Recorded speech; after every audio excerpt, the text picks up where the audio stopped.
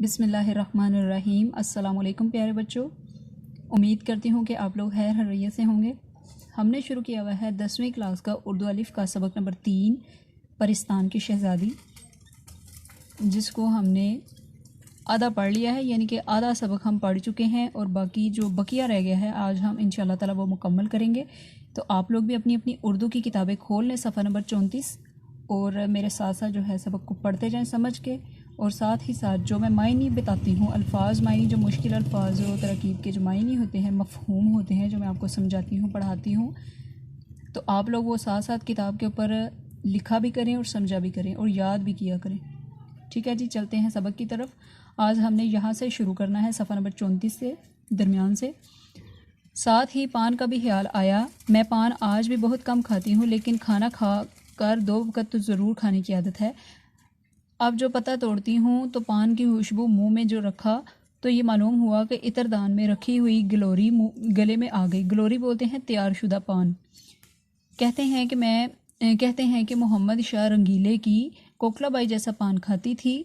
लाल किले में तो इससे पहले ना इसके बाद किसी को नसीब हुआ, मगर मैं कहती हूँ कि अगर वो परिस्तान के इस पत्ते को एक दफ़ा सिर्फ सूंघ लेती तो सारी उम्र सर धुंधती रहती। सर धुंधती रहती से क्या मुराद है, यानी कि सारी उम्र तारीफ़ करती रहती, वाह वाह कहती रहती। मुश्को अंबर में पड़े हुए कत्थे और सच्चे मोतियों के चूने का पान भी इसके हकीकत से बेहकीकत है।